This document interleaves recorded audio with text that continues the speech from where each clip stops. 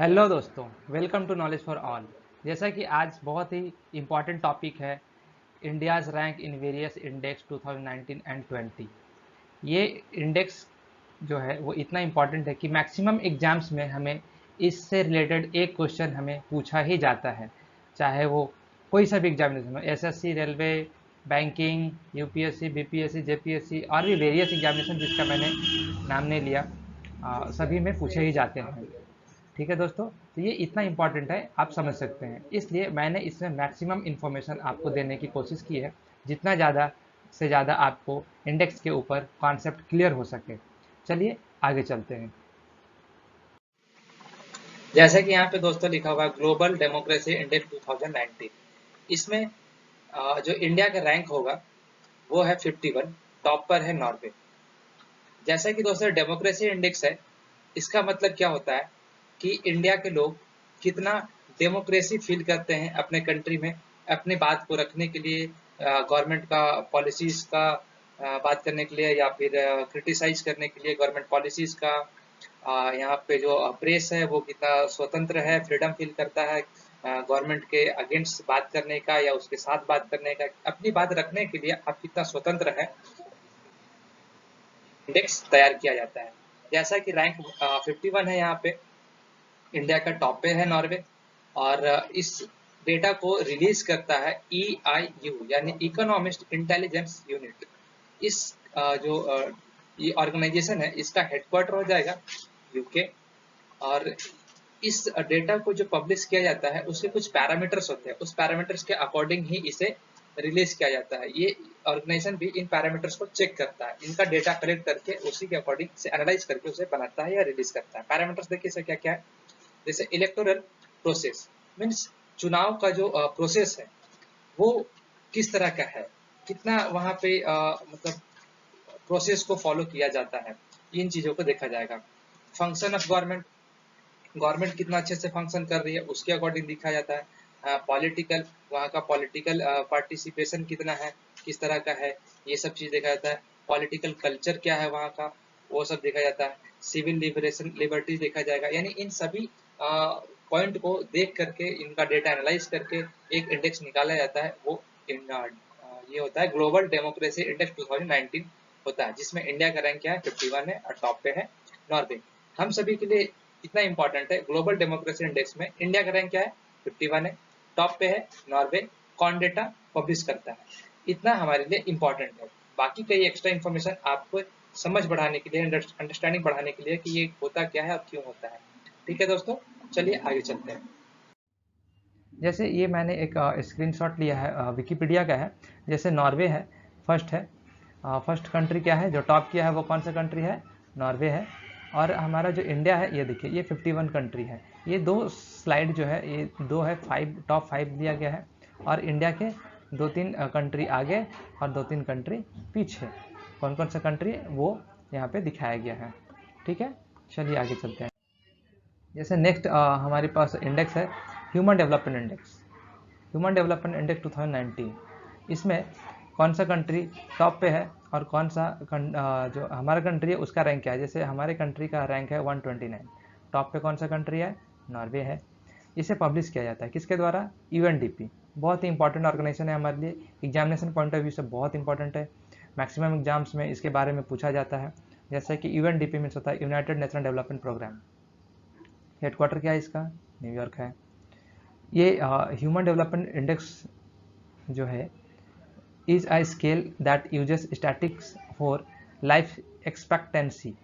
Means ये जो human development index है, जो UNDP निकालता है इस इंडेक्स को, वो कौन कौन से पैरामीटर्स को देख करके निकालता है, रिलीज करता है डेटा, इसके अकॉर्डिंग करता है। Life expectancy, education, per capita income, to rank countries, four tiers, इस तरह के सारे पैरामीटर्स होते हैं। और इन्हीं डेटा को कंबाइन करके एक डेटा रिलीज किया जाता है ह्यूमन डेवलपमेंट इंडेक्स के लिए, जो UNDP के द्वारा किया जाता है, जिसमें हमारे भारत का रैंक कितना है 129, और टॉप पे कौन सा कंट्री है, नॉर्वे। ठीक है दोस्तों, आगे चलते हैं। जैसे climate risk, global climate risk index 2020, इसमें इंडिया का रैंक कितना है 5, टॉप पे कौन है, जापान। जैसा कि दोस्तों आप सभी को देखिए, मैंने एक यहाँ पे डिटेल्स एक्स्ट्रा लिया है कौन पब्लिश करता है, ठीक है। इससे क्या होगा कि आपको ज़्यादा से ज़्यादा समझ में आएगा। जैसे ये जो इंडेक्स है, ये इंडेक्स में रैंक कितना इंडिया का 5 है और टॉप पे जापान है। इस इंडेक्स का मतलब क्या होता है, क्या आप जानते हैं? चलिए मैं बताता हूँ। ग्लोबल क्लाइमेट रिस्क इंडेक्स का मतलब होता है कि क्लाइमेट से किस कंट्री को कितना रिस्क है या उसने कितना रिस्क को फेस किया है। मीन्स जापान लिखा हुआ टॉप पे, यानी कि सबसे ज़्यादा क्लाइमेट से इसे नुकसान हुआ है by money and by other things, ठीक है। यानी वहाँ पे बहुत ज़्यादा सुनामी, बाढ़ या फिर और भी जो इन्वायरमेंट प्रभाव होता है, उन सभी चीज़ों को इसने फेस किया है। और उसी रैंक में हमारा इंडिया आता है 5 नंबर पे, ठीक है। इसे पब्लिश किया जाता है जर्मन वॉच के द्वारा, जर्मन वॉच के द्वारा इसे पब्लिश किया जाता है, ठीक है दोस्तों। नेक्स्ट, जैसे क्लाइमेट चेंज परफॉर्मेंस इंडेक्स, इसमें हमारा इंडिया का रैंक है 9th। टॉप पे कौन है कंट्री? स्वीडन है। इसे पब्लिश कौन करता है? न्यू क्लाइमेट इंस्टीट्यूट और जर्मन वॉच, जो कि लास्ट में उसने भी किया था, इसमें कंट्रीब्यूशन था इसमें भी और इसमें भी है, ठीक है। और कैन ये 3 ऑर्गेनाइजेशन मिल करके क्या करता है, एक डेटा रिलीज करता है, इंडेक्स बनाता है, क्लाइमेट चेंज परफॉर्मेंस इंडेक्स 2019 में। ये हमारे भारत का रैंक है और टॉप पे स्वीडन है, ठीक है। चलिए नेक्स्ट चलते हैं। जैसे world giving index, world giving index 2019 means क्या होता है? इसका मतलब होता है कि कौन सा कंट्री कितना डोनेट कर सकता है। डोनेट मीन्स दान, कौन सा कंट्री कितना दान कर सकता है, इसके अकॉर्डिंग बनाया गया है, इसका रैंक दिया गया है। जैसे इंडिया का रैंक दिया गया है 82 और टॉप पे कौन रहेगा? यूएसए। हम सभी को पता है कि सबसे ज़्यादा पैसा, सबसे रिच कंट्री कौन है? यूएसए है। तो ये सबसे ज़्यादा डोनेट कर सकता है और इंडिया का रैंक आता है 182। जैसे कि इसे पब्लिश कौन से ऑर्गेनाइजेशन करती है? इसे कहते हैं चैरिटीज एड फाउंडेशन, जिसे शॉर्ट में बोला जाता है CAF, ठीक है दोस्तों। चलिए आगे चलते हैं। जैसे world talent ranking 2019, world talent ranking means क्या होता है, क्या समझते हैं आप इससे? इससे इस रैंकिंग का मतलब हमें ये समझना है या समझाता है ये रैंकिंग हमें कि अगर किस कंट्री में किसी टैलेंट को कितना अपॉर्चुनिटी मिलता है उसे अपने टैलेंट को दिखाने के लिए, और कौन सा कंट्री टैलेंट को कैच करने के लिए बहुत सारे वेरियस प्रोग्राम चलाते हैं, वेरियस पर्सपेक्टिव से उन्हें आकर्षित करते हैं कि कौन सा कंट्री जो है किसी टैलेंट को कितना आकर्षित करता है। इसके लिए टॉप पे कौन है? स्विट्जरलैंड है। मतलब यहाँ पे टैलेंटेड लोग बहुत ज़्यादा आकर्षित होते हैं, मतलब यहाँ पे टैलेंटेड की बहुत ज़्यादा स्कोप है। ये बहुत सारा डेटा इंक्लूड करने के बाद, बहुत सारा डेटा को कंबाइन करके, एनालिसिस करके इन सभी डेटा को निकाला जाता है। एक और बात बता दूं कि जितने भी रैंकिंग्स निकाले जा रहे हैं, जितने भी रैंकिंग्स दिखाए जा रहे हैं आपको, वो सभी एक दूसरे से किसी न किसी तरह से लिंक करते हैं, एक दूसरे से कनेक्ट हैं, ठीक है। जैसे कि इंडिया का रैंक है 59, टॉप पे कौन है? स्विट्जरलैंड। इंडिया का रैंक है 59। पब्लिश कौन करता है इसे? International institute of management development, ठीक है। इसका हेडक्वार्टर कहाँ पे हो जाएगा? देखिए स्विट्जरलैंड। जो कंट्री इसे रिलीज कर रहा है वही कंट्री सबसे टॉप पे है। स्विट्जरलैंड का जो कंपनी है, इसे इंस्टीट्यूट जो है, ये वहीं पे हेडक्वार्टर है इसका, और यही कंट्री क्या है? टॉप पे है, ठीक है। चलिए नेक्स्ट चलते हैं। जैसे ease of doing business index 2019, इस डेटा का मतलब क्या होता है कि कौन सा कंट्री अपने कंट्री के अंदर में किसी बिजनेस पर्सपेक्टिव से उसको बिजनेस करने में आसानी होता है, ऐसा गवर्नमेंट पॉलिसी कितना बनाने में सक्षम है, कैपेबल है। मीन्स उसी के अकॉर्डिंग देखा जाए तो देखिए ये टॉप पे कौन सा है? न्यूजीलैंड। मीन्स वहाँ पे बिजनेस करना लोगों के लिए बहुत आसान है। या तो आप अगर हम चले जाते हैं वहाँ पे न्यूजीलैंड में और बिजनेस करना चाहते हैं तो वो भी आसान होगा, या वहाँ के जो सिटीजन है उन्हें भी बिजनेस स्टार्ट करने में, उसको रन करने में बहुत ज़्यादा आसानी होता है। अकॉर्डिंग टू इंडिया, उसी रैंक में इंडिया का जो है प्लेस होता है 63rd, ठीक है। यानी कि इंडिया में बिजनेस स्टार्ट करने से ज़्यादा आसान होगा न्यूजीलैंड में बिजनेस स्टार्ट करना, अकॉर्डिंग टू दिस रिपोर्ट। बहुत सारा पॉलिसीज़, बहुत सारा गवर्नमेंट इशूज़, बहुत सारे इश्यूज़ को कंबाइन करके इन सभी चीज़ों को, डेटा को बनाया जाता है, उसके बाद इस डेटा को रिलीज़ किया जाता है। जैसे पब्लिश किया जाता है ये डेटा किसके जरिए किया जाता है, तो वर्ल्ड बैंक के जरिए। वर्ल्ड बैंक का देखिए, वर्ल्ड बैंक जो है वो एग्जामिनेशन पॉइंट ऑफ व्यू से बहुत इंपॉर्टेंट है। इसके बारे में बहुत बार क्वेश्चंस हमसे पूछ चुका है, आगे भी पूछेगा, क्योंकि ये वर्ल्ड बैंक बहुत इंपॉर्टेंट टॉपिक है। वर्ल्ड बैंक का हेडक्वार्टर होता है वाशिंगटन डीसी। प्रेसिडेंट मैंने इसीलिए इसका ले लिया है, डेविड मलपास है। इस्टेब्लिशमेंट भी पूछता है इसका, जुलाई 1944 में हुआ है। ये दोनों डेटा जो है ये वर्ल्ड बैंक का मैंने बताया है, ठीक है। Ranking ease of doing business, यानी कि आसान बनाता है बिजनेस का पर्सपेक्टिव को, वो इस रैंक में बताया जा रहा है, ठीक है दोस्तों। चलिए आगे चलते हैं। जैसे वर्ल्ड डिजिटल कॉम्पिटिटिवनेस रैंकिंग 2019, तो इसमें इंडिया का रैंक कितना है, 44 है। टॉप पे कौन है, यूएसए है। इस डेटा को पब्लिश कौन करता है, तो IMD वर्ल्ड कॉम्पिटिटिवनेस सेंटर, इसके द्वारा ये डेटा पब्लिश किया जाता है, ठीक है। चलिए आगे चलते हैं। सेफ सिटी इंडेक्स मीन्स क्या होता है कि इंडिया रैंक, यानी इंडिया का रैंक क्या है इसमें, तो इंडिया का 2 सिटी इसमें इंडेक्स में इंक्लूड है। फर्स्ट है मुंबई जो 45th रैंक पर है, और न्यू दिल्ली है 52, और टॉप पे कौन सा सिटी है, टोक्यो, ठीक है। यानी कि ये इसमें भी बहुत सारे वेरियस टॉपिक को इंक्लूड करके ये बताया गया है कि कौन सा सिटी कितना सेफ है। तो सबसे ज़्यादा सेफ पाया गया है टोक्यो, और हमारे इंडिया में 2 सिटी को इंक्लूड किया गया है, जो कि 45th नंबर पे है मुंबई, और 52 पर है न्यू दिल्ली। यानी अगर हम अपने ही कंट्री में इन सभी चीज़ों डेटा को कंपेयर करें तो मुंबई जो है वो बहुत ज़्यादा सेफ है अकॉर्डिंग टू दिल्ली, ठीक है। पब्लिश किसके द्वारा किया जाता है ये data, the economist intelligence unit EIU। ये बहुत सारा, ये जो ऑर्गेनाइजेशन है ये बहुत सारे डेटा को रिलीज करती है, बहुत सारे डेटा में इंडल्ज है ये, इसलिए ये भी हमारे लिए बहुत इंपॉर्टेंट हो जाता है। कई बार क्वेश्चन ये पूछा गया कि सेफ सिटी इंडेक्स जो है किसके द्वारा पब्लिश किया जाता है, तो इकोनॉमिस्ट इंटेलिजेंस यूनिट के द्वारा पब्लिश किया जाता है। चलिए आगे चलते हैं। जैसे ये एक है ग्लोबल इनोवेशन इंडेक्स 2019, इसमें इंडिया का रैंक क्या है, 52। टॉप पे कौन है, स्विट्जरलैंड। इनोवेशन इंडेक्स मीन्स अपने आप को कितना इनोवेट कर पा रही है कोई कंट्री, या कितना सक्षम है, या उसके गवर्नमेंट की जो पॉलिसीज़ है वो कितना इनोवेशन के लिए आगे बढ़ रही है, इसके अकॉर्डिंग जो है इसका डेटा रिलीज़ किया जाता है, ठीक है।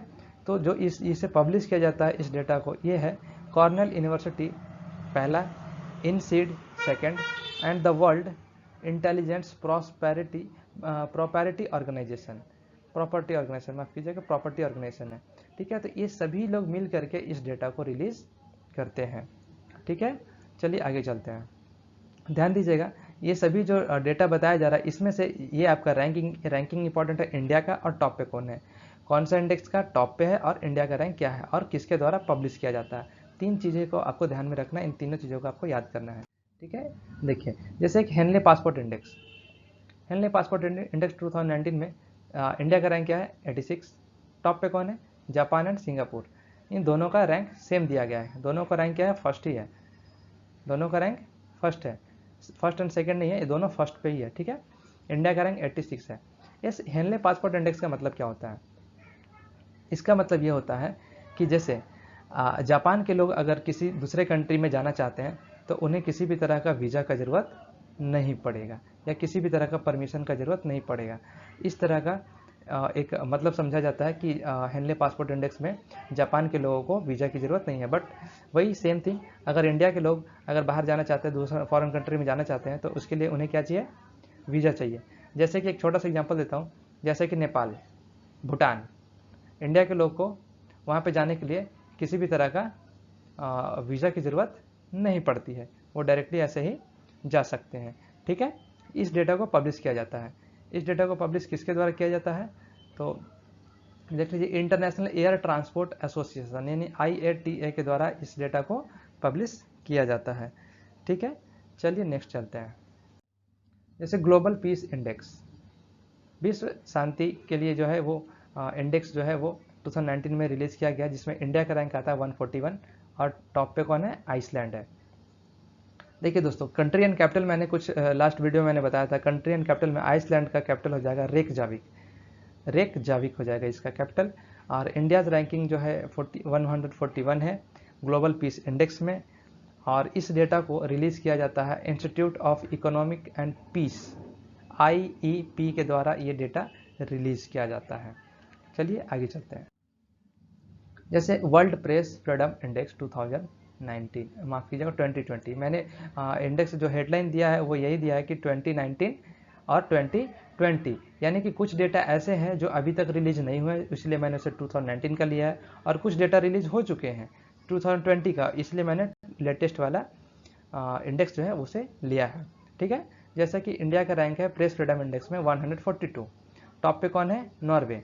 इसका मतलब क्या समझ में आता है कि वहाँ का प्रेस मीन्स जो न्यूज़ एजेंसीज़ हैं वो कितना फ्रीडम फील करती है, इसके अकॉर्डिंग, इस डेटा के अकॉर्डिंग हम लोग समझ सकते हैं कि जैसे नॉर्वे में क्या होता है कि वहाँ पे किसी भी तरह का मतलब गवर्नमेंट के साथ न्यूज़ जो है वो रिलीज़ नहीं करती, वो एकदम फैक्ट चीज़ों को बताती है नॉर्वे कंट्री के जो न्यूज़ एजेंसी है वो लोग। बट इसके अकॉर्डिंग, इस डेटा के अकॉर्डिंग इंडिया का रैंक क्या है? 142 है, जो कि बहुत ही बैड है हमारे कंट्री के लिए। ये चीज़ ये नहीं होना चाहिए, हमें और भी ऊपर जाना चाहिए। हमारा डेटा जो है, ये डेटा, ये जो रैंक है, ये हमारा रैंक गिरा है पिछले साल के मुकाबले, तो ये नहीं होना चाहिए। बट अभी हमें इस चीज़ को आगे लेकर के जाना है, इस बात का हमें ध्यान रहे। जर्नलिज्म जो कहा जाता है वो इसी से हमें देखने को मिलता है। लास्ट कुछ दिनों में जम्मू एंड कश्मीर में भी जर्नलिस्ट के साथ बहुत बुरा व्यवहार हुआ था, इस कारण से ये रैंक मेरे ख्याल से गिरा है। तो इस चीज़ को हमें बढ़ाना है। जर्नलिस्ट जो न्यूज़ एजेंसीज है उन लोगों के लिए ये रिपोर्ट होती है, जो कि पब्लिश करती है किसके द्वारा? तो रिपोर्टर्स विदाउट बॉर्डर्स, इसके द्वारा ये एजेंसी है, एजेंसी ऑर्गेनाइजेशन है एक, जिसके द्वारा क्या ये डेटा जो है तैयार किया जाता है और रिलीज़ किया जाता है। ठीक है, चलिए आगे चलते हैं। जैसे ग्लोबल एनर्जी ट्रांजिशन इंडेक्स 2020, इसमें इंडिया का रैंक क्या है? 74, टॉप पे कौन है? स्वीडन। पब्लिश किया जाता है world economic forum, world economic forum के द्वारा किया जाता है। ये जो ऑर्गेनाइजेशन है ये भी बहुत इंपॉर्टेंट है, वर्ल्ड इकोनॉमिक फोरम। ये बहुत सारे डेटा को रिलीज़ करती है, जिसके कारण ये हमारे लिए एग्जामिनेशन पॉइंट ऑफ व्यू से इंपॉर्टेंट बन जाता है। ध्यान देंगे कि इसमें रैंक क्या है हमारा? 74 है और स्वीडन है टॉप पे।